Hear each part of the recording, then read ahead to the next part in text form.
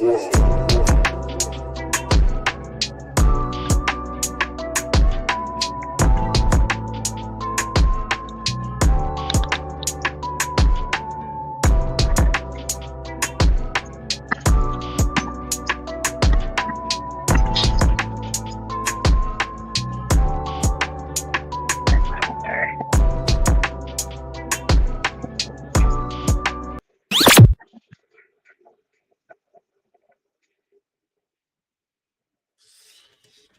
evening. Welcome to another episode / edition / installment of Free Thinkers. I'm one of your hosts, Q. We got Denise with us. Nick used to be somewhere around. In case you can't hear, other than me looking like a Smurf, I'm sick as a dog. These allergies in Texas is killing me. Is it cedar season? Oh yeah. Well, yeah, it's mold right now. Oof.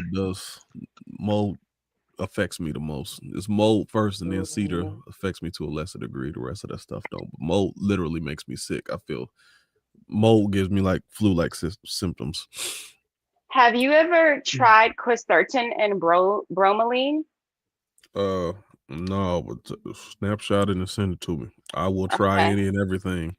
And So for right the now, people out there, try quercetin and bromelain. So basically, I learned this from one of my old voice teachers. Back in the day when they used to make vegetables, or when they used to grow vegetables, the soil that they would grow the vegetables in naturally had quercetin and bromelain in it, and that would help people with allergies. So if you were consuming vegetables, you would naturally get this particular like vitamin. But because they don't grow vegetables the way they used to, we don't get the same nutrients we used to get. So right? check that out. I'll post it somewhere. Yeah, send it to me because I'm on Yeah, everything right now, and I'm willing to try more. Whatever get and me it's out this natural. spot. It's natural. So, guys, for those of you who are just joining us, maybe for the first time, or again, just a couple reminders. This is a discussion group. We come with open thoughts, open minds, and open opinions. So if you have not joined us before, you can go to the StreamYard link on the Facebook page. Very simple. Just click on the link. It'll direct you and guide you. We'll bring you in. Make sure you have something in your ears so that the sound does not bleed. And then also keep in mind, this is adult conversation with adult content and adult language. So keep that in mind for those who are listening. I think that's it. I'm ready to jump on in. We have to change that from last week's topic to this Oh, week's okay. topic, which is natural progression. I got you. Okay, folks. So there was a conversation we had on Free Thinkers. I'm just giving y'all the Oh, rundown on yes. how we Please came help to me this because I keep topic. forgetting what it's about. So we had this conversation on Free Thinkers, and I believe we may have been, it was during our dating series that we did. And we were talking about, like, I think it was the next steps on it was the, how are you, what was it? I think it was the series we were talking about, how do you expect to date, or how do you expect to find someone if you Oh, act like okay. this, or it was part of that series. And so Ivory came in, and one of the things that Ivy was talking about when we were discussing how sometimes people rush into things a little bit too swiftly, and then they end up getting manipulated because they didn't go through the natural progression of things. And Oh, so, okay. yeah, and I was like, oh, that would be a Oh, really, okay. I really good, got you. Okay. yeah, be a Yeah. really good topic. And so it had me thinking about how, like, back in the days, back when I was growing up, y'all, when I was a teenager, we had like this, it was like an unwritten rule called the 3 month rule, where like you would talk to someone for 3 months. And if you guys weren't dating by that 3 months, you would just start talking to somebody else. Like, that was like, you knew that a man should know, a boy, if you were a teenager, obviously, like, should know after 3 months if he wants you to be his girl or not. Like, that was the kind of the rule back in the Mhm. days. Mhm. And now, and so because that like unwritten rule we had, and I think people were less likely to have sex in that stage of the dating process. Um, People weren't in situationships back in the day. I felt like it was like less likely to be in a situationship because we had that unwritten kind of like 3 month rule of like, dude, if we ain't together after 3 months, I'm moving on. you know?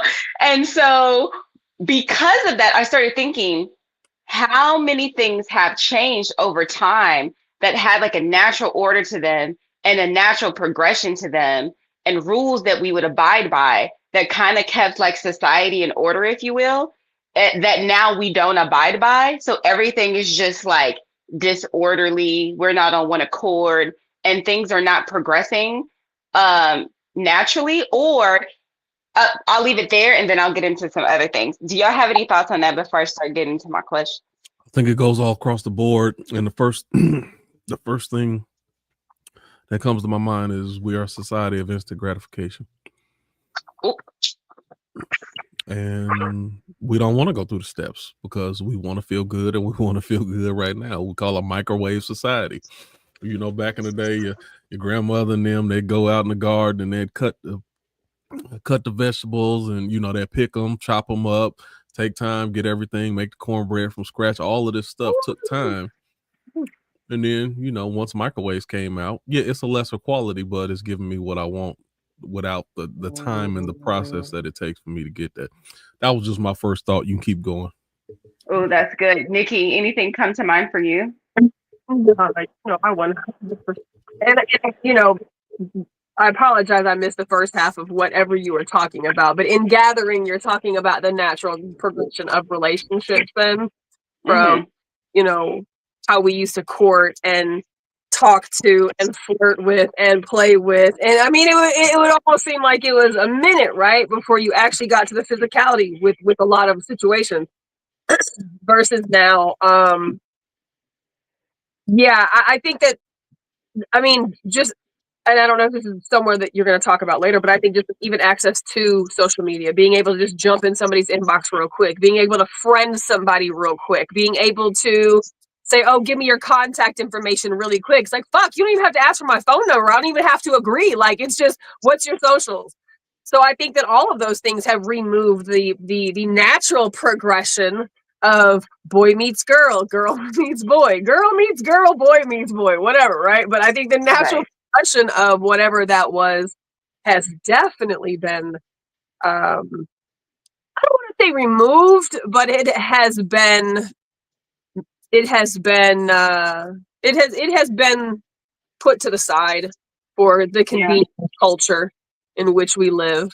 Instant gratification, absolutely. And that makes me right. So when you are older, which I definitely am, and I come from a space where I still come from that place, right? Like, so to be from that place and to live in this space and to still want to experience the natural progression with somebody, that shit is very challenging. Because even people that are my age and older sometimes, or around my age, are with the new shit as opposed to values of the old shit. And well, then there's that. That don't laugh. But even I've heard, I don't know if it was you directly. I feel like it was you directly, Nikki, but I know there's other people on this panel before. And I would hear them say, especially during pandemic time, yeah, because one of my rules, if y'all remember, don't be asking too many life relationship questions on the first date. Just take the time to get to know somebody and find out if you like them before you do all of that. I feel like I heard you say, Nick, even could have been somebody else. No, I need to know all this stuff up front. Otherwise, I'm wasting my time. I don't want to find out and learn about a person. Okay, but see, both of you. And I don't think it was just y'all either. Absolutely. But again, at a certain point, there's still going to then be the natural progression of where we may grow, right? I don't want to. We already know when it comes to me, I already have a lot of deal breakers for me, right? So I don't want to, again, I say this all the time, I don't want to waste my time or your time and or anybody else's time who might be involved with you and I. Let's say our kids get involved, people, friends, family. I don't want to waste neither of our time. If I come to find out later, you're the kind of Christian I couldn't fucking be with. Or you're the kind of pro-vaxxer I couldn't be with. Or you're the kind of super voter I couldn't be with. I don't want to even do that. So let's just get some of those parameters out of the way. And then we can go with the natural progression of things. No. You are skipping the natural progression when you do that. Nope. No. You can say no, but that's what you do. You're skipping the natural progression when you do that. No, that's not it. Because natural progression doesn't have to happen in every relationship. Everybody doesn't have to have a natural progression. Let's go here. And Denise, you still quarterbacking this thing, but the natural progression is if you see someone that you may be interested in, then you talk to them, like introduce yourself. Sure. If that goes well, then you may ask them out. Sure. You go out, you kind of interact, get to know each other a little bit, find out if you have chemistry, find out if you have good conversation, find out if you laugh and joke together. Just checking energy. And then so after those things, like, you know what, this is actually a cool person. Then the natural progression is let's dig a little deeper to see if there's potential beyond this friendship. Let me tell you. Am I missing a step in the natural progression right now? Somebody tell me. Well, you're missing a natural progression for a person like me. For a person like you who's very open and very... Hold on. Time out. When we talking about natural, we talking about nature. This ain't supposed to be Nikki's progression. This is the natural way things are supposed to go. That's a different episode. It's not natural for me to want to engage and delve in a romantic connection that I know there is not going to ultimately be one that's going to last. Perfect example. Like, I don't know, recently, we'll say. Listen, I'm gonna give a perfect fucking example. Recently, I did exactly what you just said. I took that advice. I took the advice of everybody who's always like, oh, just try something different, right? Every time I do this, I'm like, I don't know why I fucking listen to you people. So I do this. I do this. Very nice gentleman. He's nice guy. You know, I'm cool with that. I'm like, yeah, like that's a nice thing, right? Like very, very nice person. Said all the things right, did all the things right. And I knew it's probably was, you know, gonna be a dud eventually. But I also knew that I was going to at least give him the opportunity to ask him, you know, what his relationship with God was. Because for some people who say things on their social media that, you know, God first, family second, blah, blah, blah, right? I just need to know for me, like, how really invested in that are you? Like, you know what I'm saying? Like, for me, right? And I gave the opportunity, I asked the question, you know, and basically it ended up in him saying, well, I would just hope and believe that, you know, if you see me going, so basically he's a preacher's kid. I come to find out he's a preacher's kid, and his parents are still active in their church. And they still run the church. So he goes like when the church is open every day. And I was like, oh boy. I said, well, how do you handle somebody who definitely is not about that lifestyle? And he was like, I would just hope that basically you would see me going enough and see it affecting my life in a positive way enough to where you would want to be like, let me go check out this place that he goes, this thing that he does, and let me go see why this has the effect on, you know, a person that it does. And I said, I'm never gonna want to know. I'm never gonna go. I'm never ever gonna wonder about this place to. I said, I'm never gonna go. And he was like, never? I was like, never. I'm never gonna go there. And I explained to him why. I explained to him what my relationship with God is and why I'm okay with God, and that if there were God-fearing people, I'm pretty fucking close to it. I said, but I don't subscribe to any of that, and I'm not ever gonna want to. And he kind of had this look like he was I don't want to say crushed because that would sound stupid, but he was just like, God damn, really? He was like, really? Never? And I was like, no. And we both knew at that moment that it probably wasn't going to be another dinner. It probably was going to be the end of this conversation. In fact, it was, because I'm not going to change, and there's nothing else I need to get to know about you. I don't need to spend any more of your time. I don't need to continue engaging in dialogue. That's not a space that I am going to want to be in. So for somebody who's okay with delving into different things and being open to things, that would probably be the natural progression. Let me ask you a question. I know you got a question, Denise. Let me ask you a question, Nikki. What if you brought up that you proposed that, hey, what about, how do you feel about me, since you know how I feel? And what if his response was, I don't care, you do you. They always say that. He did. He didn't say that. He didn't say that. He did. That's what I told him. He's like, well, he alluded to something else. When you say, I'm thinking if you check my example, then hopefully that'll straighten you out. That's kind of two different things. When I asked him about that, how would you feel about being with somebody who is never, ever, ever going to walk in those doors, who's not going to participate in that type of lifestyle at whatsoever, like at all, never? And he was like, well, I'm okay with that. But then when, the conversation went on, he was like, well, I would hope that, you would be curious to see, what this place is about. And I'm like, yeah, no. So for me, I know I couldn't be with somebody who was that dedicated to that. I couldn't. If he was like a quarterly attender, maybe, right? If he was like a holiday attender, you know what I'm saying? Like maybe. So the reason I'm not pushing back on you is I'm just on my mom's side, my grandmother and grandfather was married for over 60 years. He did not go to church for 58 of them years. And they were absolutely, she had no desire to try to make him do something he didn't want to do, and he wasn't trying to keep her out the church. They made it work absolutely 100%. So I'm saying in situations like, so, but again, it still could be a natural progression for things like, first of all, let me see, do I even enjoy this person's company first? If I don't enjoy your company, it don't matter what you are, Christian, atheist, whatever. I ain't got to go down that road because we don't vibe. We still talking about natural progression. Okay, let me give you another example. I know you're gonna jump in. We don't do this with friendship. Shit, I don't just walk up to somebody, ask them 10 questions, be like, okay, you're gonna be my friend, this is my address, this is my phone. No.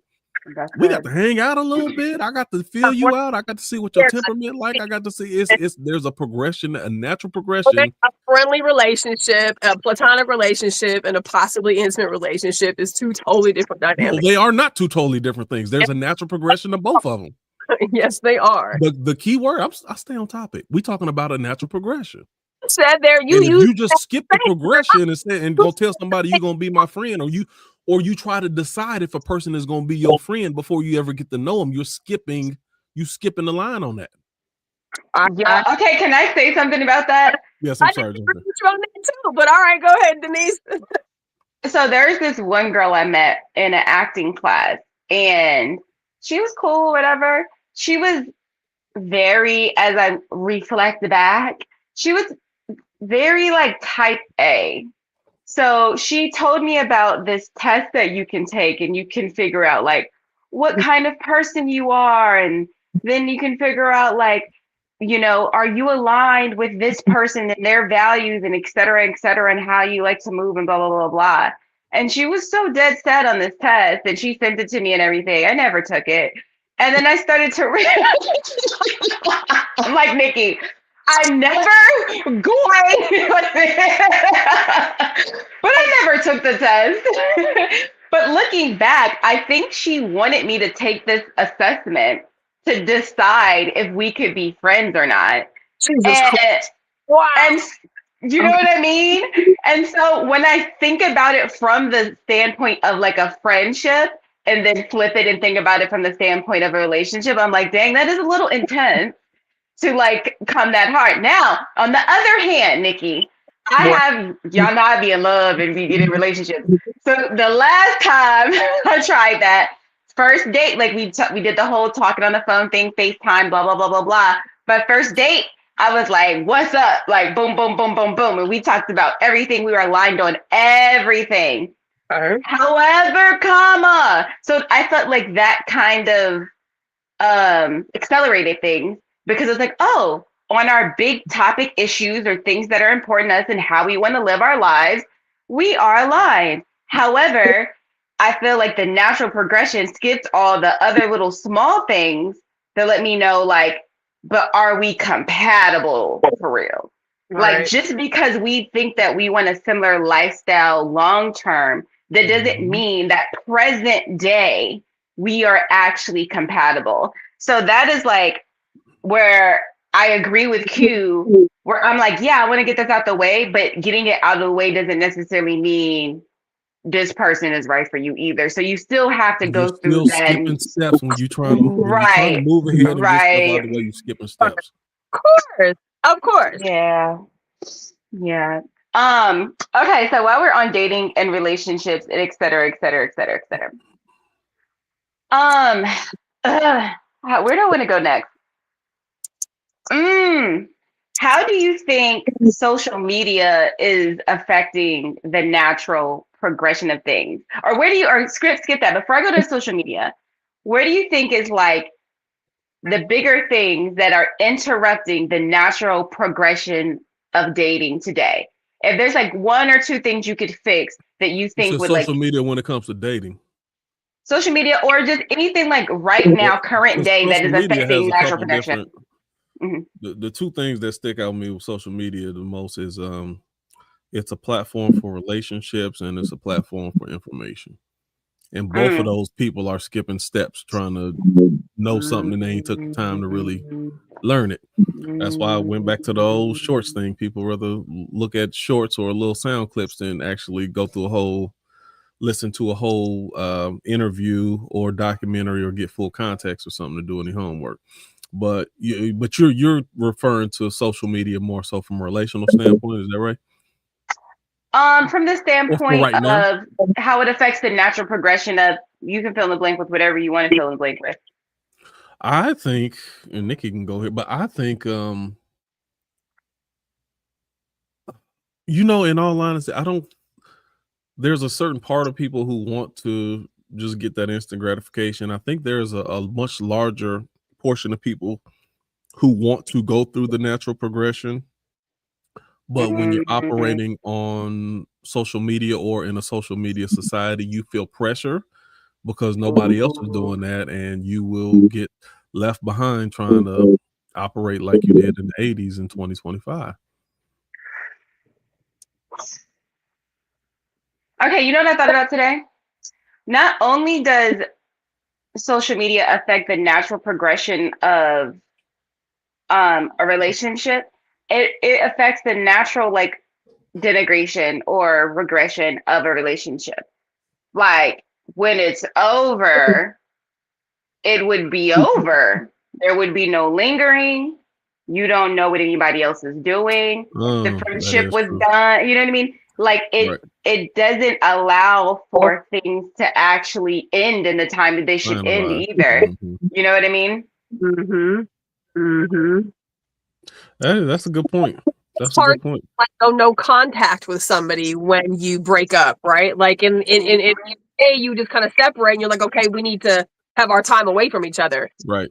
You ain't see nothing unless, even if you have mutual friends, the friends ain't really talk to you much, and then maybe a year and a half later you see them at the grocery store or something, and that'd be like the only time you see them. Right. Or your friend would be like, oh yeah, it's so and so and so and so, and you're like, what? It's like you had to find out. Right. Have some private time. You could have some time to fucking heal and recover and, get your shit together while you needed to. Now you can unfriend and you can unblock, you can unfriend and you can block somebody, but it's like you're probably still going to cross the paths, the hallways of social media, somewhere. So which then just feeds the part in your brain. You could block them. That'd be excuses too. Yeah, you can they're still likely to surface somewhere in social media land. This is true. I'm going through this right now. Listen. I'm not saying overall. I'm saying my specific instance. Me and my ex-wife have no idea what's going on in her life. If we did not have kids together, I would have zero idea what's going on. I don't check her social media. I don't follow it. I don't see what she doing, where she going, who she going with. No, and this stuff don't pop up on my timeline and algorithms either. I would have when we first broke up, I would have I have different friends be like, you all right, friend? I'm like, yeah. Oh, I seen your ex saying such about this. I'm like, I don't care. It don't even matter to me. I'm not on that radar. She can say whatever she wants to in her world, and I ain't got to see it. It don't bother me. So I'm not saying that's absolutely true. I'm just giving you that's in my one example where you ain't gotta be. You ain't got to. You know what? I want to talk to the audience. Listen, y'all. It is completely okay to block your ex and his family members and his friends. Her, him, them. Okay? So, like, I know it might feel uncomfortable to do because you're like, oh, this person didn't do anything wrong to me. I don't want them to think I'm mad at them. It's called boundaries. I'm reading a book on boundaries right now, y'all. And guess what? Sometimes enforcing boundaries will make you uncomfortable. And that is a natural part of enforcing boundaries.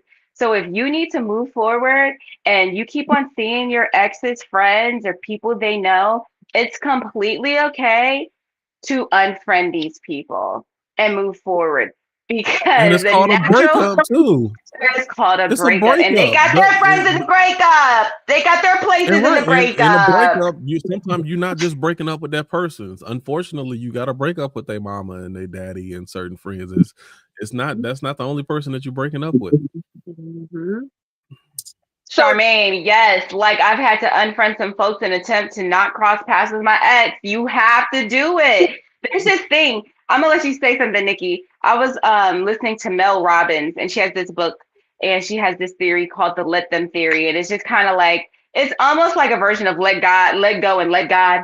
But it's like let them, which is like do your thing. I'm not even gonna try to control what you're doing. Just do your thing. I'm not mad. Like like I can't even. What's the point? But look into it because it's good, y'all. But what was it? Why did I bring up the let them? Why did I bring up the let them theory? What was I talking about You before said this? unfriending friends of people, or you're currently going through it. I don't know. All I have to say is this, y'all. Oh, there was something that she mentioned about how neurologically, when you're going through a breakup, you shouldn't see your ex, look at pictures or anything for a certain amount of time. I can't remember if it was 60 days, 90 days, or whatever it is, because your neurological pathways have to be rewired. Because there's so many things that are going on. Like you're used to waking up in bed with them, you're used to texting them, you're used to talking to them, you're used to this. There's so many ways that they have become ingrained in your life, and you have to undo that. And it's going to require you literally having no contact with this person and not seeing them for a set amount. And so that's why it's important for you to unfriend them and their friends and whoever. If you don't want to see it, unfriend them. But go ahead, Nikki. Well, so to your point, you basically said that, and then you also threw on the addendum that if you feel uncomfortable like that, that just kind of comes to territory. So to prove the natural point of progression about the importance of boundaries, you will one day exercise them, and you won't try to justify your. Go ahead. Trust me, you won't, because at the end of the day it's necessary. And never has utilizing your boundaries ever backfired on you. It's when you don't use your boundaries when we usually get hurt from something, right? And we end up feeling bad about doing what's right for us. Like, come on, what is that? So when you do it enough and you really stick to your boundaries, you really, really, really do, because they're always going to take care of you. You don't feel bad anymore having to assert them. You don't. And what I've learned is most people will generally respect them, or they will gravitate themselves out of your life because you can't be here if you don't respect them. And it just happens to work that way. It's a beautiful thing. So I'm all natural progression of things. Yeah, but the natural progression and boundaries that they're not in conflict with one another. It's fine to go through the natural progression and have boundaries. Boundaries, but that's not the same thing as me trying to find out everything I could find out first. The natural progression will give you those answers without you trying to. I don't need to find out everything first, but there's a few things that are going to be valuable for me. No, but I'm saying when you try to merge that your boundaries into natural progression, then it ain't the same thing. That in particular is not exercising boundaries, but certainly there are plenty of ways where exercising boundaries or lack thereof is definitely going to get you into a situation. No. I mean, those are not necessarily mutual to each other. No. Okay, I have a question. Sound like you trying to justify. I'm just making sure. You get alone. That's what you gonna do. No, I just said it sounded like you was trying to justify. So I tried. Sure. So, okay, remember, last week, for those who weren't here last week. In 20 years and be like, nope, that's it. We done. Right. Nope. Done. Did what you asked. Never doing it again. Tried it. No, it didn't work. It doesn't work. Maybe I'm the problem. Maybe I'm the drunk. Oh, we got to get into that album at some point. Okay, so this is my next question. Okay, so last week, for the listeners who were listening last week, we talked about AI, filters, body modifications, and et cetera, and how that's affecting society, et cetera, et cetera, et cetera. On that topic, how do you feel like the filters and the body modifications, the Botox, the filler, are affecting people's ability to naturally progress or be okay with the natural progression of age? And then how is that affecting society? How's that affecting dating? How's that affecting roles in family life? Like, how do you think this is affecting people's ability to take on their new role as who they would be as this? And do you feel like, because I'm asking a lot of questions right now, but just jump in wherever you feel like, do you feel like people not accepting the natural progression of aging affect how they're showing up as people in society? I feel that it was loaded, but just to answer a part of that, I feel that part of the new natural progression, well, I guess the natural progression of a person taking more, putting more weight on being fake. That is the natural progression when social media and the digital world becomes more important than the actual world to you. So a lot of people, they are more concerned about their Facebook friends and followers and their opinions than their actual friends. And you see that's why they, it doesn't matter as much if you see me in person without my makeup, because I'm not doing it for the people who see me in person. I'm doing it for my followership and my people on social media to see me a certain type of way. So the natural progression is they do these things because it's more important for them to have a social media image than it is an actual image. That's just my thought. Nikki, you can answer part of the other question. I know I only touched a portion of the question. I mean, for me as a natural woman, right? I definitely have not bent or broke to what the expectation is of the physical aspects of a woman today. Like I haven't. And, for the last couple of years, I've just continued to hear men say, oh, natural's coming back and natural's coming back. Like, oh no, don't get lip fillers and don't do this. And like, don't do any of those things. Like, just stay the way you are. Like, it's coming back. It's coming back. And I'm like, God damn, I wish it come back because shit.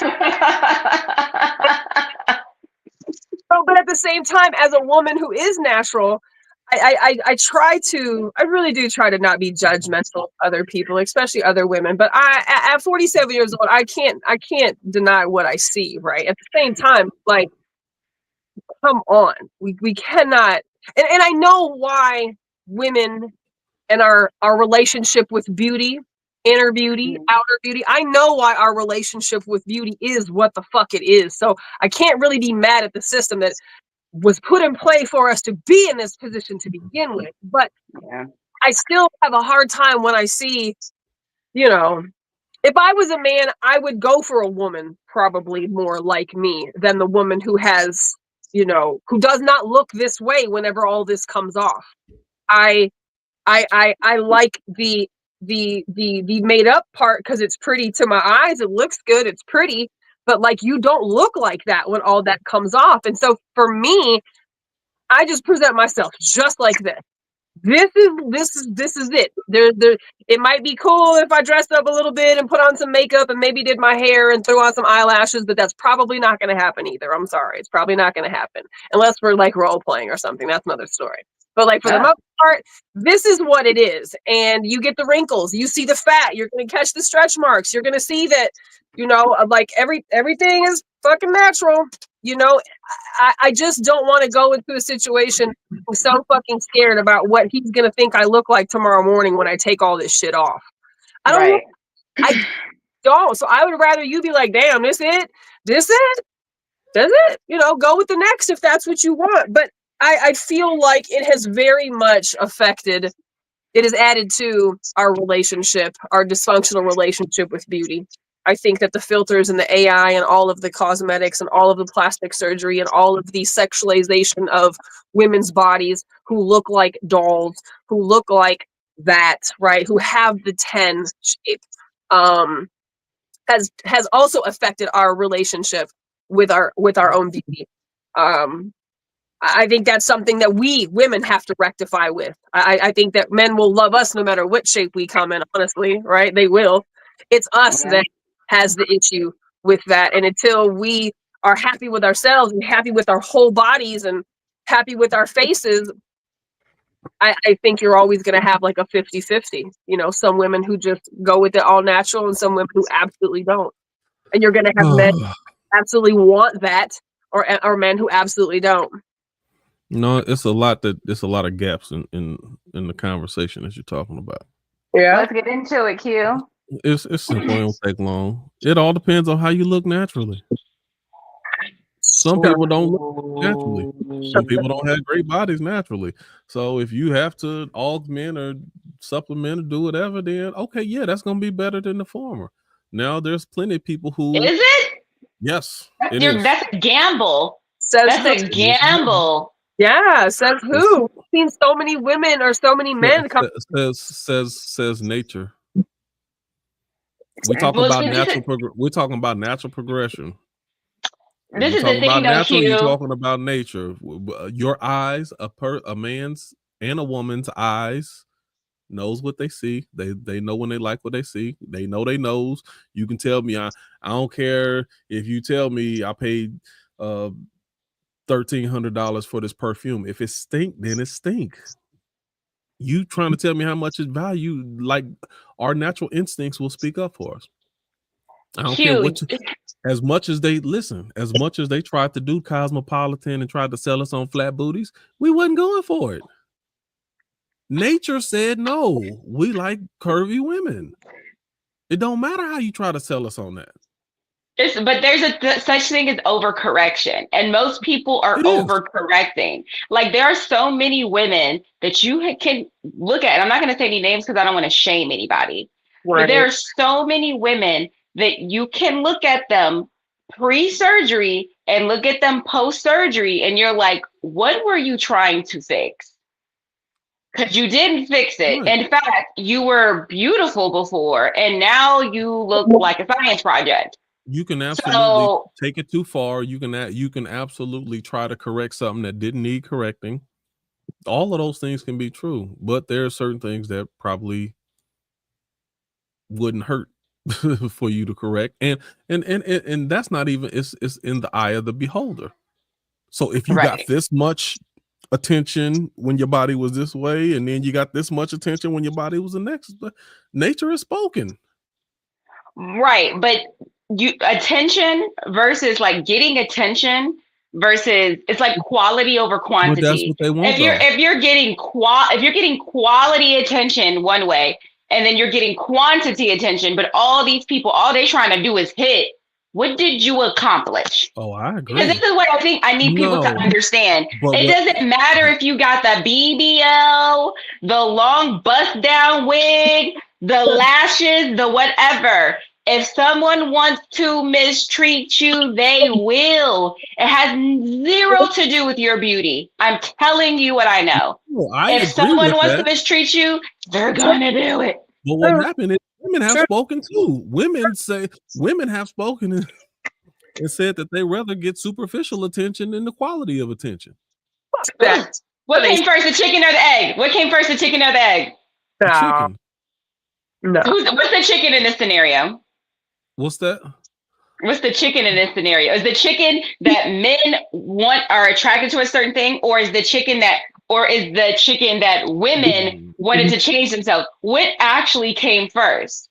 Because if this is all about, if we just take this back down to its most simplest form, which is like this was the caveman, cave women days, and people are doing things to get attention so that they can have a mate, so that they can be protected, so they can create a family. Like, what is it really? That was a very good question. I think in this scenario, the egg came first as far as women. Women are the ones who caused this first. Because let me say it like this. Yes, it is. Because Women listen.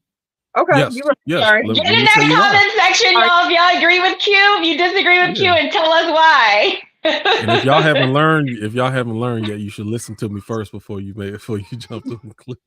But women, if you did none of those things, do you think that men would stop being attracted to women and then we'd go find other men, or we just I'm not feeling the way women are? No, we still was gonna be attractive. If you go back in the 90s, if you look at that old Freaknik documentary, them girls was thin. If you go look at the old videos in the 90s, them girls wasn't all of this. We still liked them. We were still attracted to them the same way. So our attraction to women was gonna be there regardless. But one woman found out, okay, my booty a little bit is always big booty Judy get a little more attention than the rest of the girls. And then they found, oh, I could be a big booty Judy too. Oh, let me do it. And so what my whole point is, we would have been attracted to you regardless. And if you stop doing it, we'll still be. It's women's problem because you want the same amount of attention as the next woman. So if you sitting in the room and you see this person getting more attention than you or the rest of them, then they trying to keep up with the Joneses. So in this scenario, then it's women's fault. Now go in the comment thread. Tell me I'm wrong. Give now. them comments, y'all. Tell me I'm wrong. Oh, that's good. Let's talk about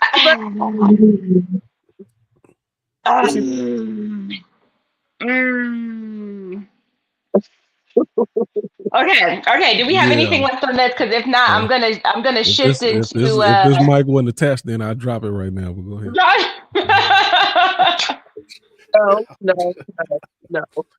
No.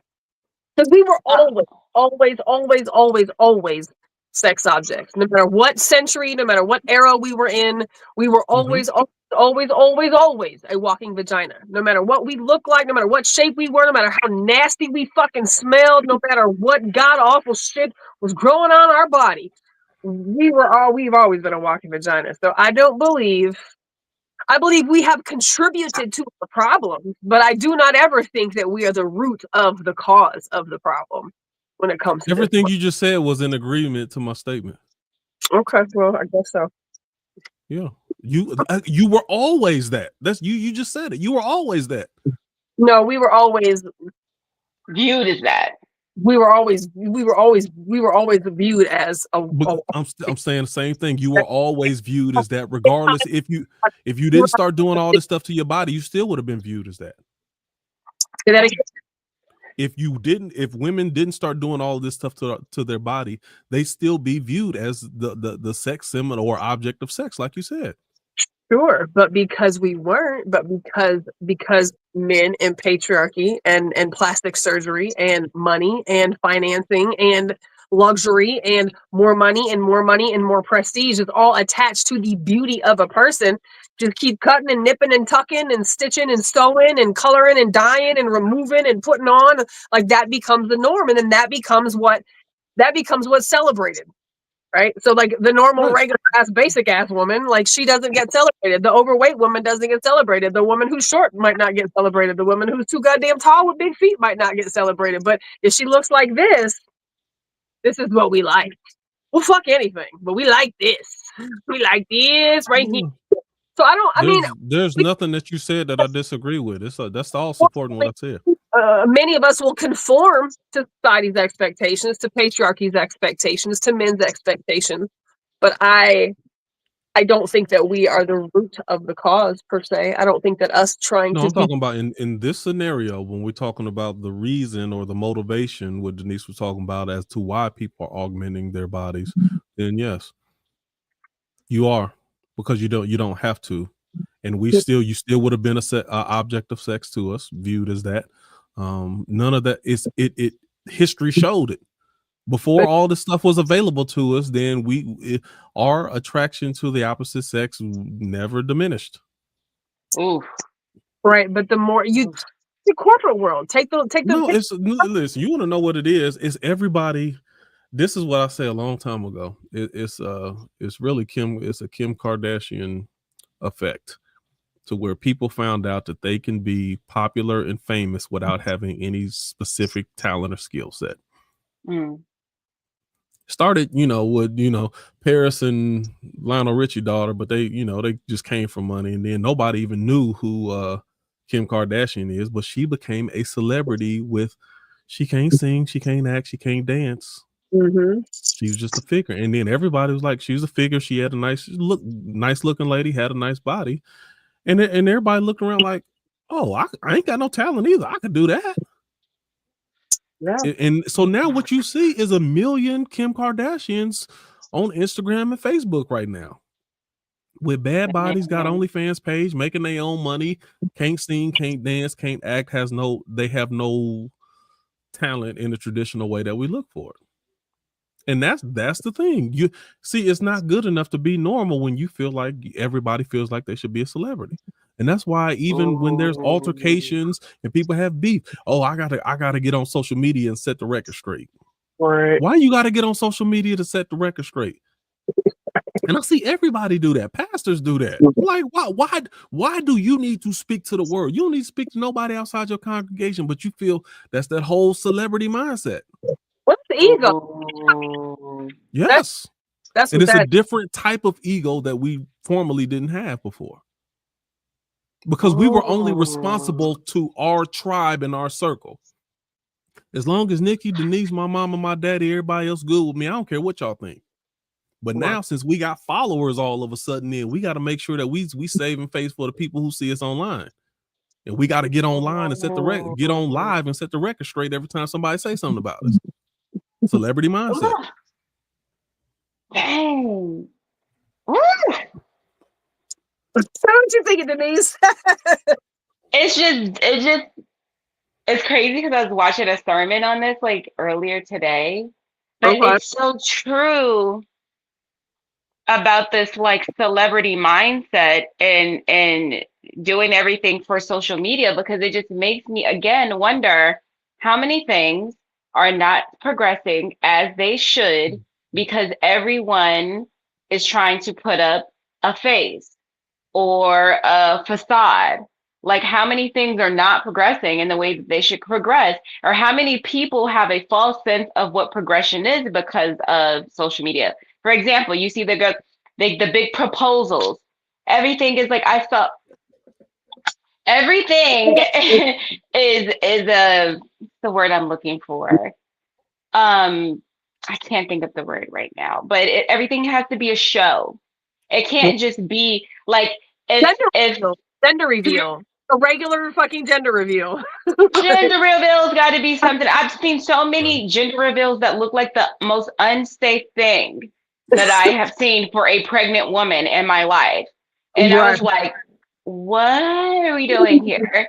Some of these I have seen men propose to women And it seemed like it was just more about the man than it was like this proposal and celebration of love and like really telling this woman like I want to be with you. It felt like it was just like the man wanting to be a star for a day. You know what I mean? It weird stuff like that, or like how much money is getting spent on some of these weddings, like how many things. And then so then when you see that, you see that's what social media is, and everybody wants to post their partner and things like that. How many relationships and people are getting to arguments with their partners about the illusion of someone else's relationship as opposed to the actuality of their own.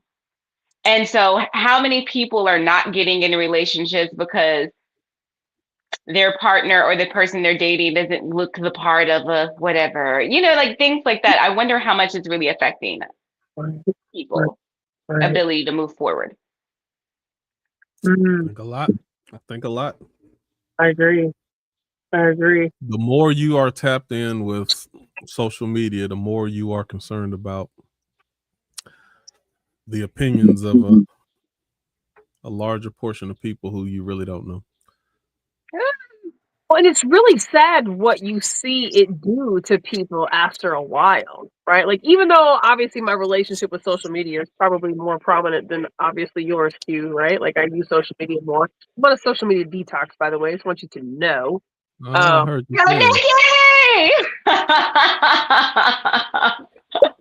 just grown up and go through some things and just, fucking plug for a while, right? Because my views and opinions of things are just not going to change, and I realize that at this age.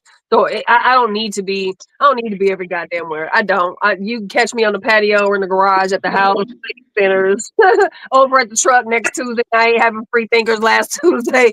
But I'm in the house, man. Come catch me in the street or some shit. But I'm definitely on a social media detox, and so I think that social media is where I love it. I hope that I've had a marginally healthy relationship enough with social media where it hasn't like completely warped my fucking world to thinking that whatever I see on social media is real. Because even though there's a percentage of it that is real, a lot of it is not real. And I don't think that we're ever going to be able to come back from where we are right now, because for so many people right now, this is very real. Facebook is very real for them. TikTok is real for them. Like, I'm not saying that relationships that you have with people are not real. I'm not saying that connections that have been made through social media meetings are not real, or opportunities are not real, or that networking isn't still there. Like, there's a lot of people who really, really fucking crash out and go straight to social media. Go straight to it's a face that get revealed and crash out. The things that get revealed in these social media relationships, it's shit that you're like, would you ever have told people this in real life? Like, if you were having real life conversations, like if you were in real life, fussing about a friend with another friend, would you have it? Just social media makes things very, very fake, and I already feel like most people want to be lied to anyways. So social media just makes that very, very easy to continue to live the charade. And I don't know. I talk about the natural progression of things. I was thinking about earlier. Parenting has changed. The natural progression of parenting has changed. So we're talking about relationships. It's absolutely going to be affected if parenting has been changed by internet technology, by social media technology, by tablet technology. Then absolutely relationships. The natural progression of relationships will probably be a struggle to go back or to hang on to what we called normal at one point. I say the thing about with the parenting part of it, it's social media and just technology really. So the natural progression of parenting, without being too particular, but I mean, you got babies, you raise the babies, and really from the time they're babies up until they are adults out of high school, you kind of drew the line on what you wanted them to know and how much you wanted them to know and at what age you wanted to have certain talks and conversations with them. You knew that the school would have a certain curriculum, but you kind of knew what that curriculum was. Now, with technology, it kind of jumps the process, and it's hard for you to disseminate the information or really get a chance to teach your children at the speed that you want them to, because technology and YouTube and all this stuff is presenting stuff to them that maybe you didn't even want them to be a part of at that point in time. So what it'll do is force you to start having conversations that you it's like, man, I wanted to wait for 13 before I had to talk about this. Now I got to talk about we got to have a discussion when they're 9. So it just kind of throws your timing as a parent off when it's. Go ahead, Nikki. No, I was just going to add to that, throwing time off as a parent. You know, you think about the conversation of SANTA, CLAUSE, right? You think about the conversation with SANTA with your kids. You know, who subscribe to the Christmas or the Santa and all those things, totally irrelevant, right? But like most of us, we certainly allow our children to believe that Santa Claus exists for a certain period of time. Now you got to the motherfuckers when they 2 and 3 and 6 and 5, and you know what I'm saying? Because like if they have a tablet, all it takes is just Googling the word Santa Claus real quick, and it's like, damn, y'all ruined that for me too. Yep. Absolutely. I'm not gonna tell my kids that. I feel like that creates a distrust. Like, I could be being extra, but you say, all right, you just wait. I never believed in Santa though. I never did, and I think it's because I was the youngest, so I was around people who were older than me all the time. So I logically broke this down to my grandma. I was like, yeah, because Santa couldn't be real, because if he was, we would hear him when he was walking through because the floor creaks. I was just like too old. I was around too many people older than me. I don't know if I would tell them that. You would tell them? Ruin stuff for you too. Yeah, I don't ever remember believing in it. I guess you know, it could be fun sometimes. I don't do the Santa Claus. I pay too much. Right? I pay too much money to give somebody else. But certain things, I was like, no, mom and daddy got you this. But like the Tooth Fairy, did y'all ever see? I did a video where the Tooth Fairy came to my daughter. And this was a long time ago. This is, I don't know. This is almost COVID time, maybe 2018. She was little. And we told her that the Tooth Fairy was gonna come with a tooth. I was like, just take your teeth and put it under the pillow, and the Tooth Fairy gonna come. So then we and that's what my wife did. That she was asleep. They put some money under there, and then we had like little pixie dust, a little trail of pixie dust, and they had little tiny footprints in it. And she was looking. We recorded it. Always. I mean, at a certain time, over time they know it ain't real, but at the time, man, it's fun. I'm gonna find that video. I'm gonna send it to y'all. It was so cute. Maybe I gotta stop being jaded. That does sound cute. The chimney, girl. Look, when I lived in my first apartment, I was like, so Santa Claus still comes, but if you don't have a chimney, you just leave the patio door open. I just had Kasha. She was like 2 or 3. I was like, at my parents' house, we had a chimney. At our place, we didn't have a chimney, so I was like, you just leave the patio door open. So I had to put the little snow and shit in the house. Yeah. Or to the Christmas tree and shit like that. But I think that, so a couple days ago last week, we were at DPS with my son, and he was getting his ID. And so we're sitting in the waiting room, and it's pretty packed. It's fucking DPS. There's a million people in there. And there was a little baby who was watching a tablet. And the tablet was way too fucking loud, first of all. Like, they always do that.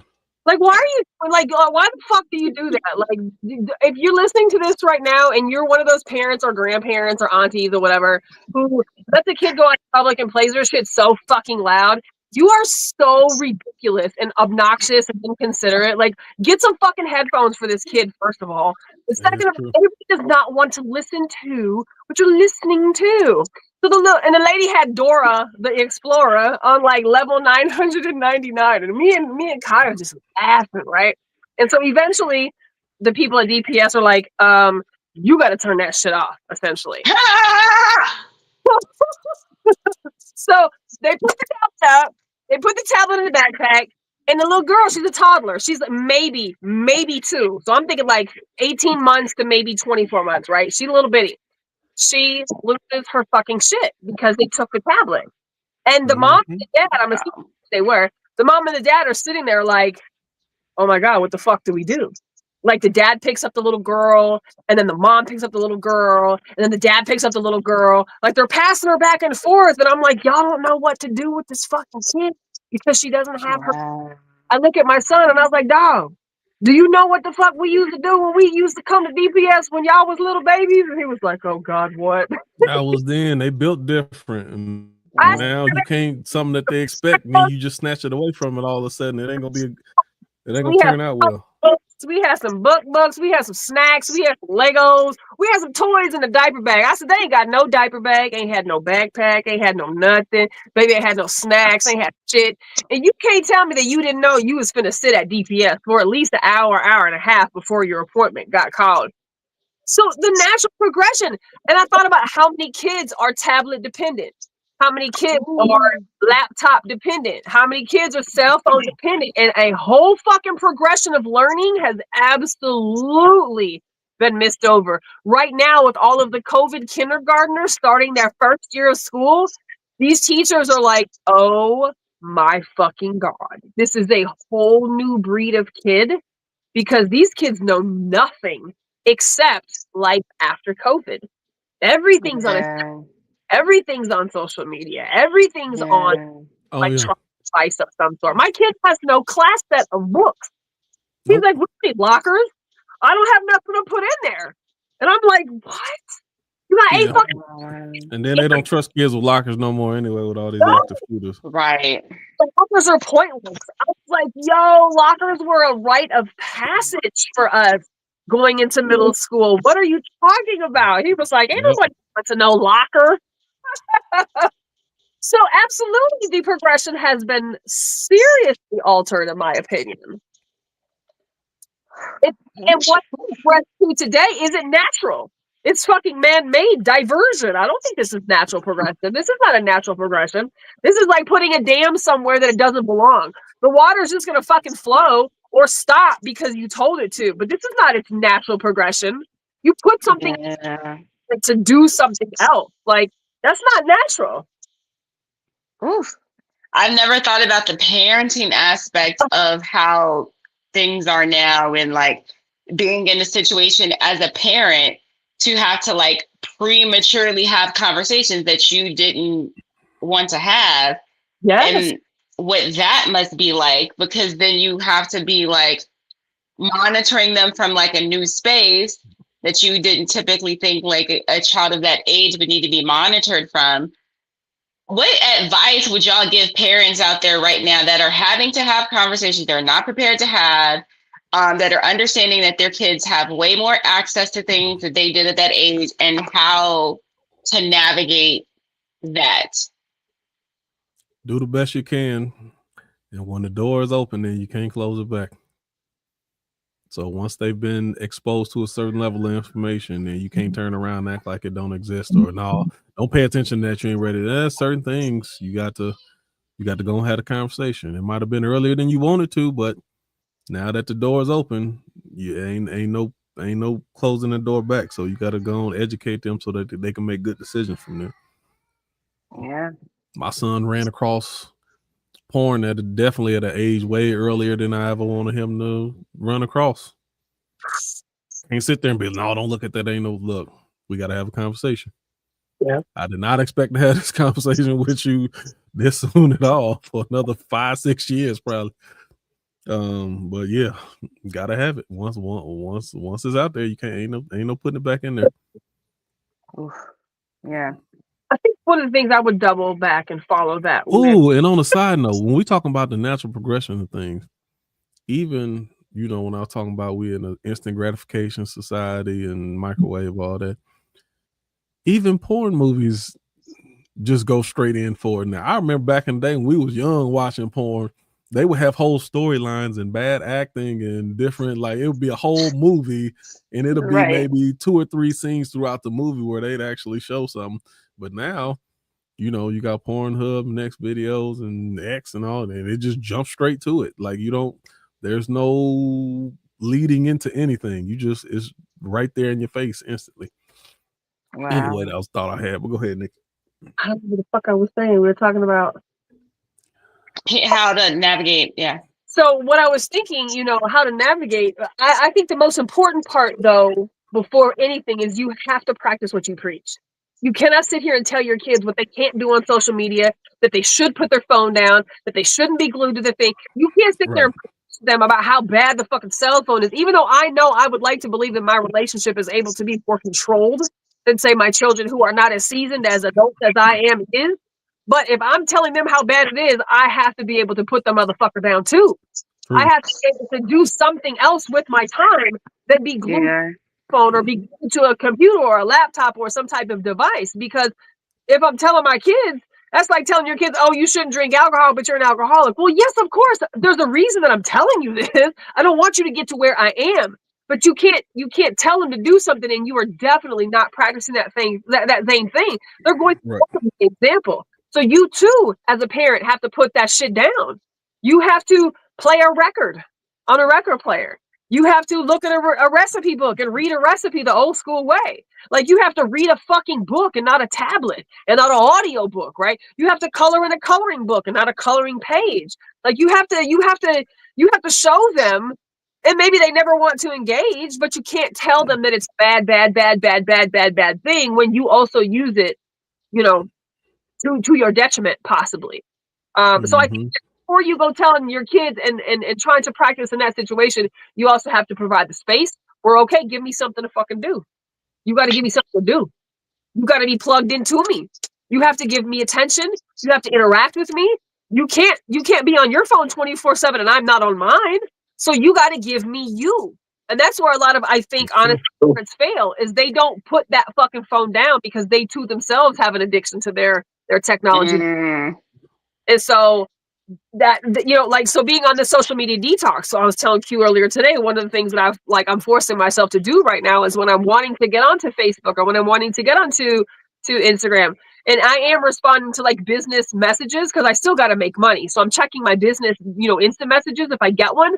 But instead of going all over the social media, I said, no, I'm going to dedicate my time to doing things that are going to be fucking fruitful with my life. So I'm focusing on learning video editing and things like that. Like I'm forcing myself. It's like any other type of recovery program. You take one out, you got to put something in place. So I'm trying to find something else to occupy my time with, which I hope that also that shows my children, right? Like it's it's easy to say what we think should happen, but it's really fucking hard to implement it. And I think that the older we get, sometimes we lose sight of that. They always say, it's how much time you spend trying to change another person, but you haven't even been able to change yourself, right? So we shouldn't be worrying about what another person is doing and trying to change them. Now, with our children, it's a different story. We want to set them up for success. We want to protect them as much as we can. We want to try to give them the tools to be able to be as well as they can possibly be. But we have to be the ones to implement that change. And like, I love the access to social media. I love the technology access, but I do not love what it has done to children. I do not love what it has done to families. I do not love what it has done to relationships. I think it's probably one of the worst things that we've ever had.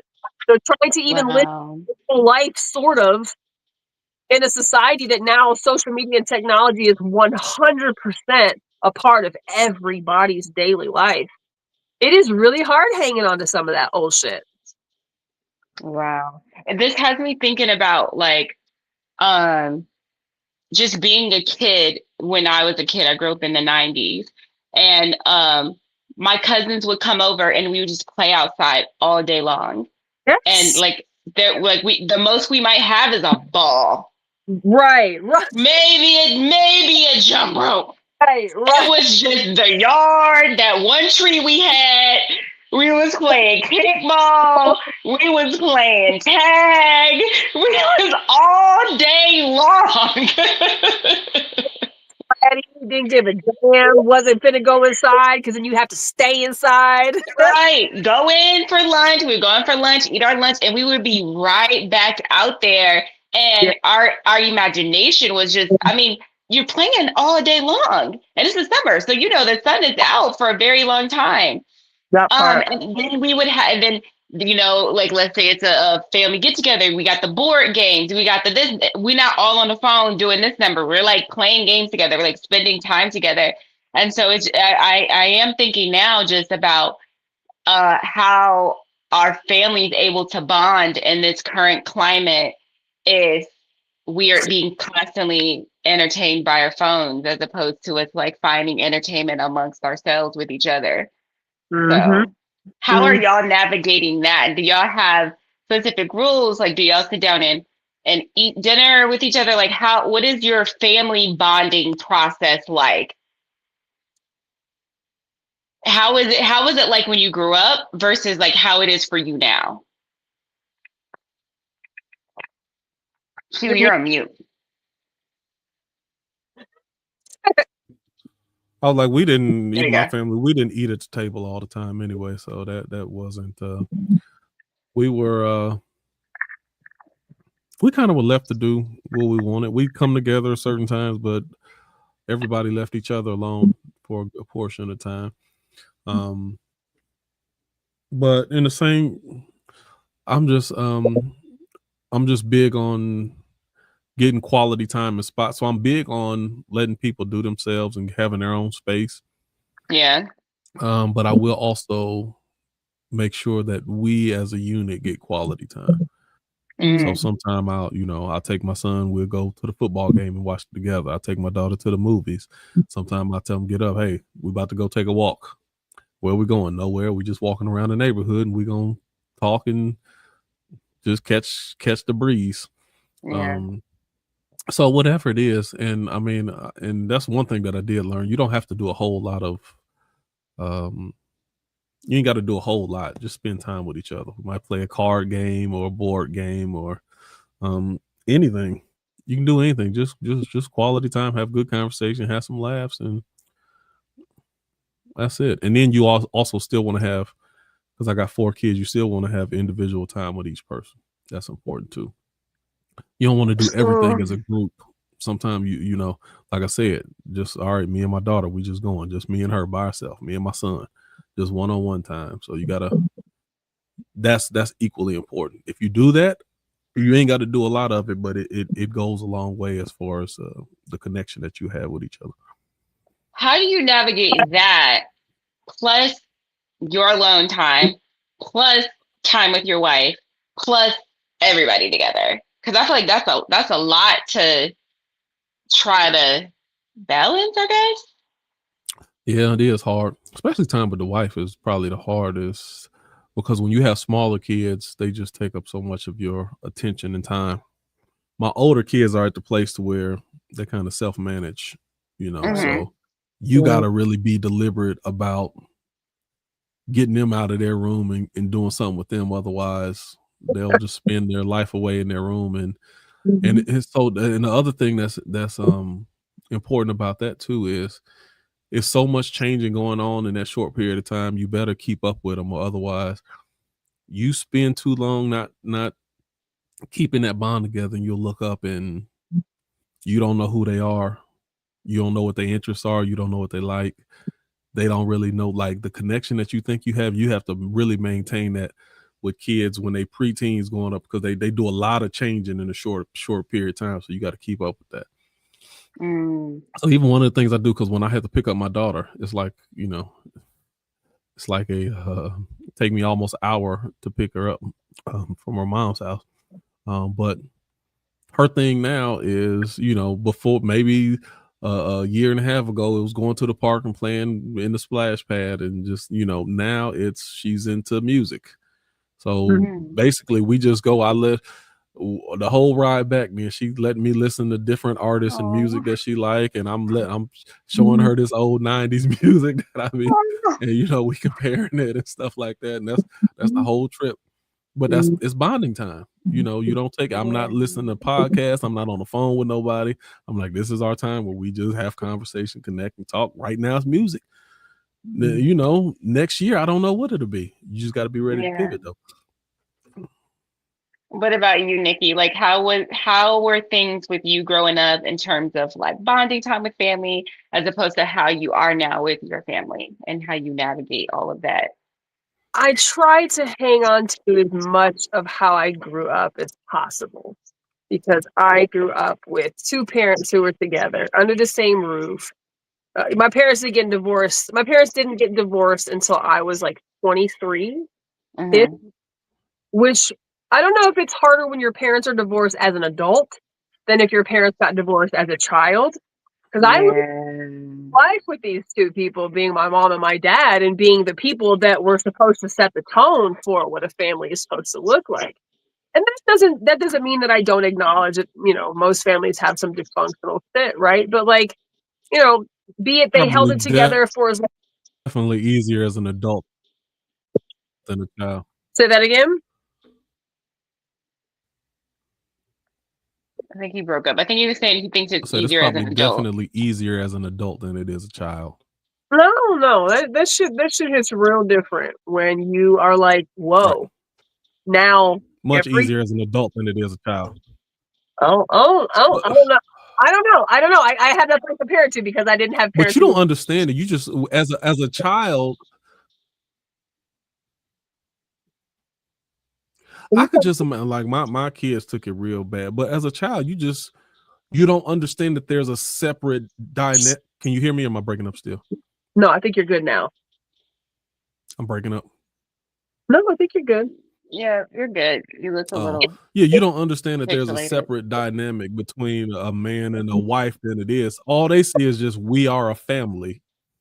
That's all Right. you see. As an adult, especially after you've had a couple of relationships, then it ain't promised, and ever some things just like you've had it, you've tasted it firsthand. Like some things just don't work out for whatever reason. But I think and then it ain't had nothing to do with you if I somebody think got to go somewhere else. So it's just different. I think divorce as an adult different because you grew your whole life with this being your safety foundation, right? For me, my parents was safety. My parents was home. My parents was that was the rock, right? No matter what, that was the rock. As children who grow up in a divorced home, you might have places of safety. You may have numerous, adults in your life of safety, but like you grow up with, you do not have your immediate mom and dad as your first rock. You may not. So for me, when I left my kid's dad, that was very important to me, is even though we might we might not like each other and we don't work well with each other, I always wanted them to know their best interest was always our very first forefront, first and center, and nothing came above that. Unfortunately, that's not been a shared sentiment, as these years have gone on. But because I grew up in a household with two parents who was married until I was in my 20s, the lifestyle and the family that I have now is very fucking challenging for me to have left after 17 years and have been raising my children by myself for the last 9.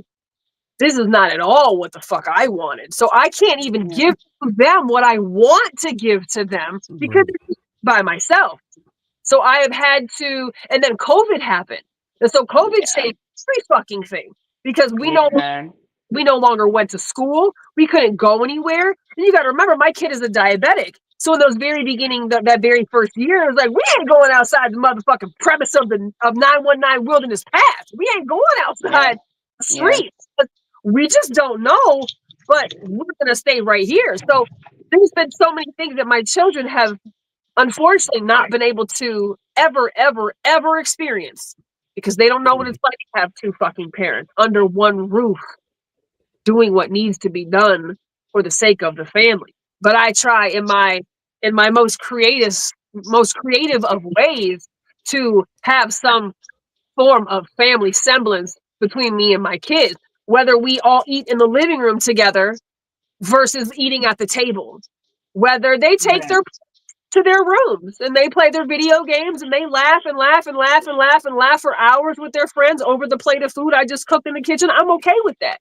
I've had to change what I thought was right for what feels okay. And I feel like, and I'm constantly reminded of this. I have an 18-year-old son and I have a 15-year-old son, and they never want to leave home.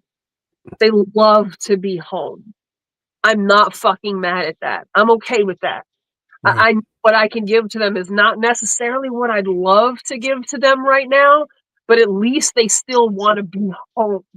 At least they know that like home is safe. So that's what I gave to you amongst all of the shit and the tablet usage and the Chromebooks at school and the 12 hours a day playing video games, because this is just what y'all do. I'm never not home. I am home 24 hours a day, 7 days a week, unless they're at school and I'm at work. Other than that, I'm at that house. They've never not had me home every night of their entire fucking lives. So I think it works differently for every family. And unfortunately, there's going to be parts that every family is not going to be able to provide to their kids. That doesn't mean that you still can't do, like you said, the best fucking job that you can do. Yeah. Because it is very tough out there. So I know that my kids were exposed to pornography and shit way younger than I wanted to, just because they had access to a cell phone to play video games, because that's what kids did. And when my children were little. But I have tens of thousands of dollars worth of Legos, Thomas the Train, wooden train sets, plastic train sets, metal fucking train sets. I have so much money invested in toys in my house that it's hard for me sometimes to come away from that. But I love that when like my daughter's friends' kids come over, they're not allowed to play on fucking devices. We're busting out toys. We're going outside. We're going to the park. We're going for a walk. We're going to paint. We're going to chalk. We're going to blow up some water balloons. We're going to go out back and turn on the sprinkler. Like, we'll not play with a fucking telephone in my house. And it's beautiful when you see these kids just be like, play, engage, play, engage, play, engage. Want to be fucking engaged with from an adult who's going to give them a little bit of time. Yeah. That's all. It ain't that hard, man. It really ain't that hard. And back to your point, Q, you know, I think that's what the convenience culture has done with the tablets and the cell phones and all of the electronic devices. I think there's a time and a place, but we have taken advantage of that massively. Okay, y'all. Shit away from your kids. We're at 121. So I know I'm asking this question a little later into the broadcast, but so what Nikki was saying, COVID changed a lot of things.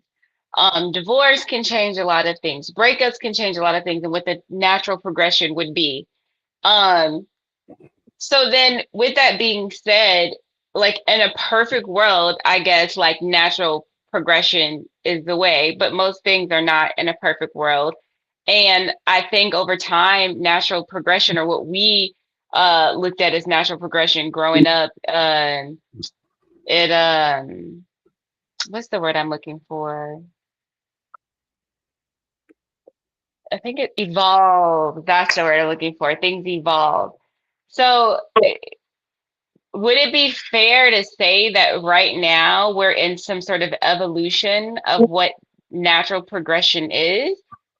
And then if not, then how do we navigate what's going on right now? Because it's clear that from a societal standpoint, a lot of things that we're complaining about, society has accepted as the norm. How does one accept this thing that the majority of the society has accepted as the norm, but still maintain who you are while navigating, you know, the reality that most people have accepted this as okay? Okay, I feel like you sparked something in me that I feel like is not directly answering your question. So do it. And it's going to be super simple, super quick. I think in terms of natural progression, I think capitalism, the natural progression of capitalism is greed to its highest form, and selfishness. and us only looking out for ourselves. And I think from a natural progression standpoint, when we're looking at capitalism, we have arrived to the only place that we could arrive to. We're greedy, and I'm saying in general as a society, we're greedy. We only look out for self. We look out for our own interest. Compassion is very minimal for a lot of people, and our society, that's the natural progression of capitalism, in my opinion. I know that went a different direction from where you was asked the question. So, Nikki, you can kind of more directly answer the question, but that's what sparked when you was talking. That's a whole topic in itself, y'all. Yeah. I mean, so it almost makes me think about last week's conversation where we had the distinctive difference in whether I thought that something was still the right thing at the right Oh Lord, Leo! Look, Nikki, whatever you say, you got it. I'm not going down that road with you again. I promise. I'm like, okay, you're right. I ain't going down that road. Let's go here. It takes me back to that place, though, right? Because it makes me question. Then, is this then natural progression, or is this again throwing a dam in a place that it didn't fucking belong to begin with, and now all of a sudden it's literally rooted natural? Because would natural progression really have allowed this? I don't know, right? Like I don't know. We don't know because this is just all that we do know.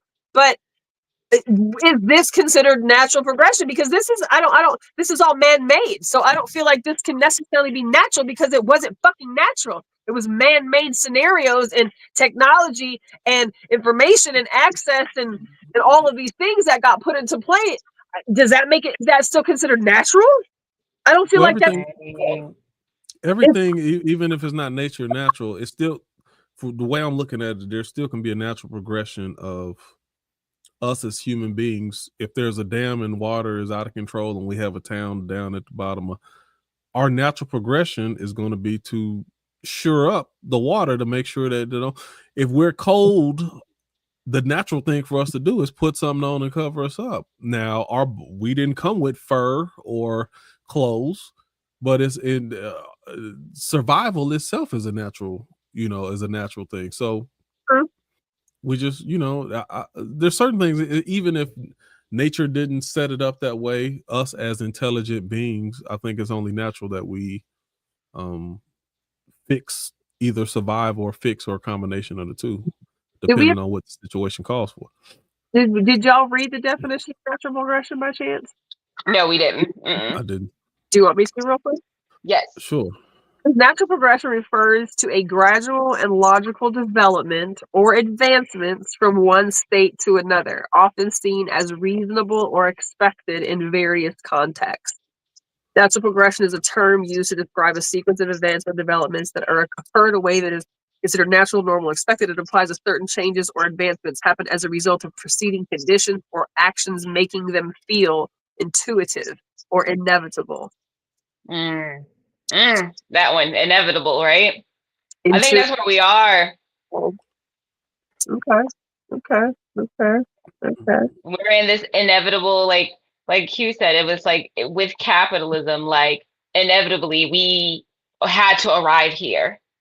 That was the only place we could arrive to as long as we're living under the system of capitalism. But it's like so hard when the majority of people accept things that really are kind of unacceptable, and they don't really improve human condition. They don't improve how we interact with each other. To some end, yes. But it seems there seems to be more bad, more cons than there are pros. And I don't know if it's just bringing awareness to it that could maybe help things a little bit better. I don't know if people care to have awareness. I don't know. I almost feel like a lot of this is, which I want to do a topic on escapism in general, and in many ways that we participate in it.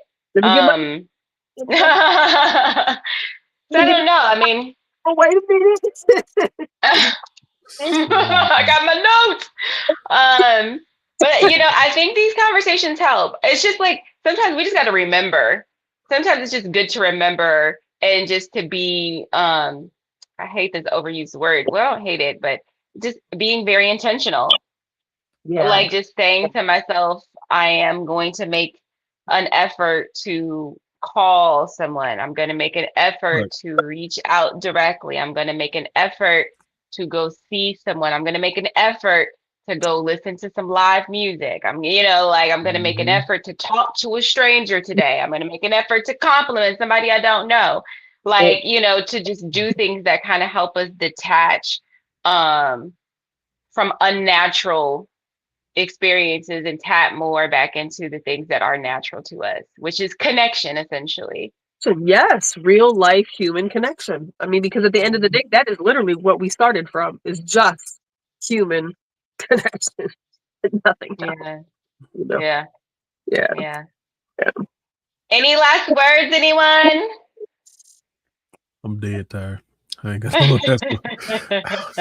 I love the conversation though. Like I really It did. was a good conversation. It was really good.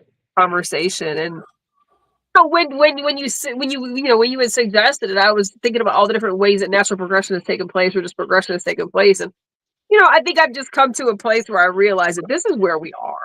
Like I can be sad about it as long as I want to, or I can try to fight it as long as I want to, or I can try to hang on to as much as I possibly can within my own confines of my house. But like, this is just where we are. And I think that every century, right? Like every generation has said the same thing about the generation before them. And maybe even they've said, oh, well, it's fast forwarding, as it gets further and further away. And maybe I feel like we're like on super fast forward button. But I just, I don't think that we're ever going to be able to undo where we are today, to get back to where we were. So this is just kind of, I don't know, I don't want to say natural progression, but I feel like this is the progression. I agree with you, Q. This is the progression of where we can be at what we're getting right now. But I guess another way we could look at it is maybe we're privileged. And I don't mean privilege like in a rich person way, but it is a privilege that we grew up in a time to where we got to experience what we got to experience before the time changed over. Because you think about that, people just 10 years younger than us have no idea what we're talking about. They didn't get to grow up like that, and they didn't get to grow up with just a ball and a jump rope and knowing how to be creative and play games and drinking out of water holes and like just like all of the stuff that I mean, so much stuff, and that's what it was funny to me because there was even people just a few years, 5, 6, 7 years younger than me. Then the time had already changed. Yeah. Like I remember I was in high school. My 10th grade was the first time they had an internet class. And they was teaching us how to type in the www. So the same stuff my 2-year-old know how to do now. They was teaching me this in high school because it was just, we still remember the AOL disc that you had to pop in there and get the online stuff. Like all of that.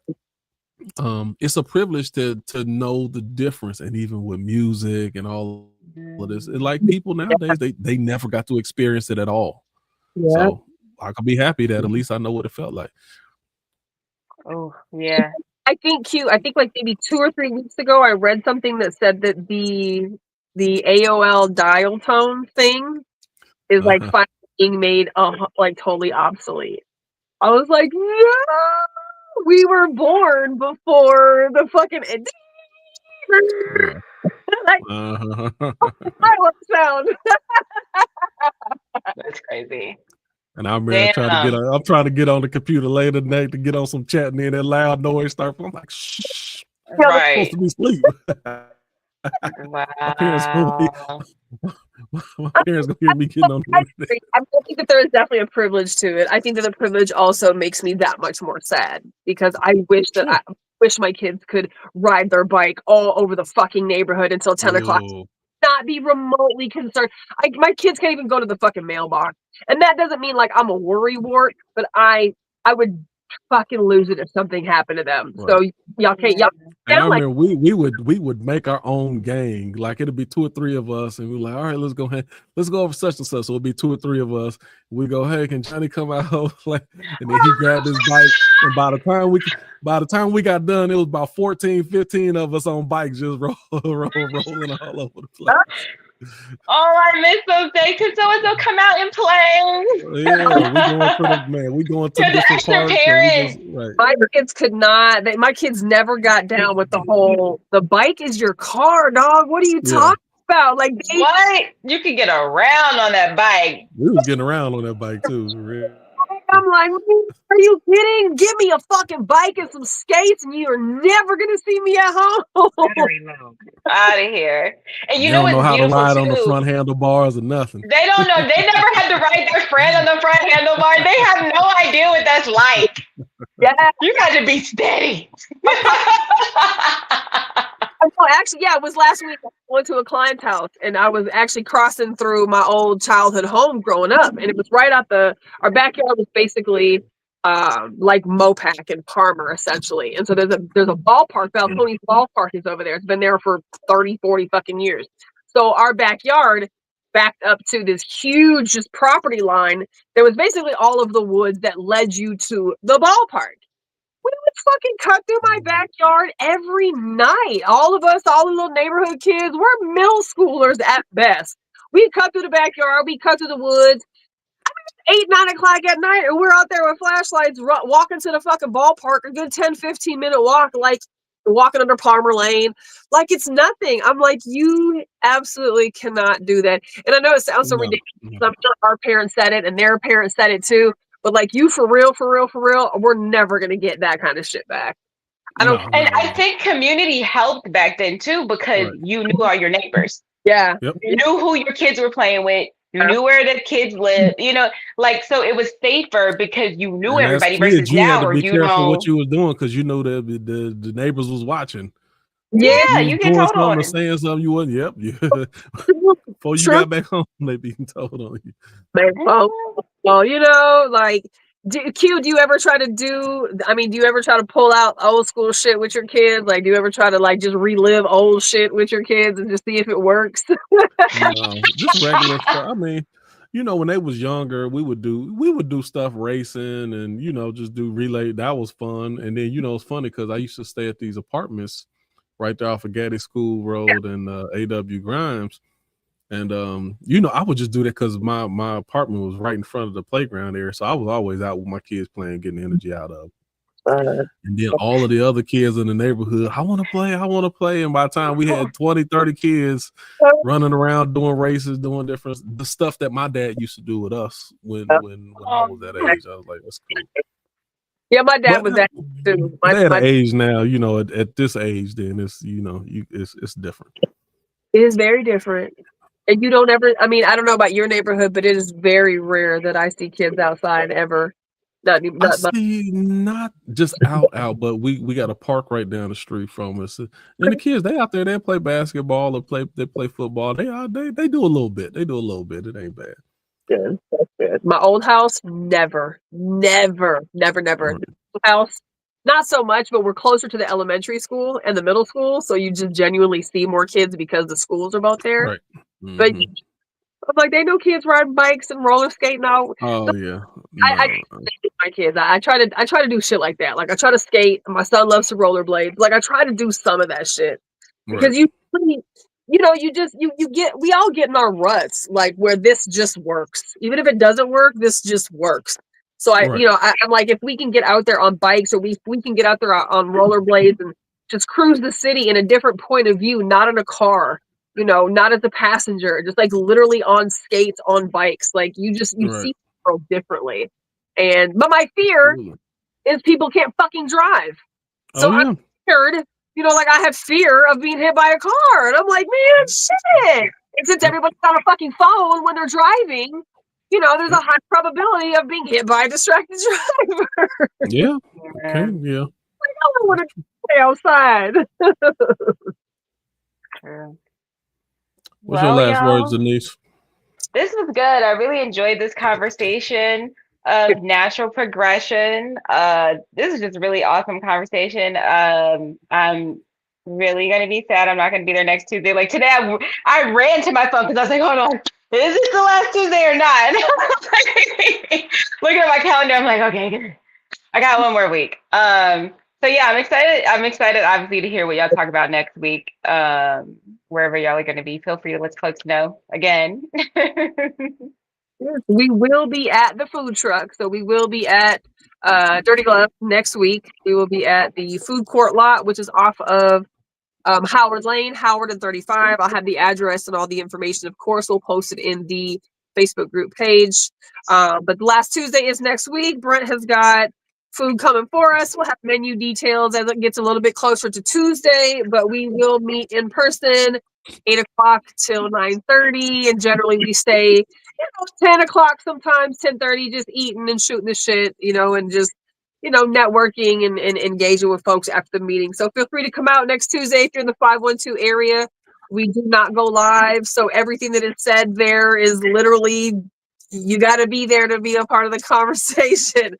So we will not be live next Tuesday, but we will be at the food truck. So if you are 512 local, stay tuned. We'll have information and invites, and then we will be back, of course, the Tuesday after that.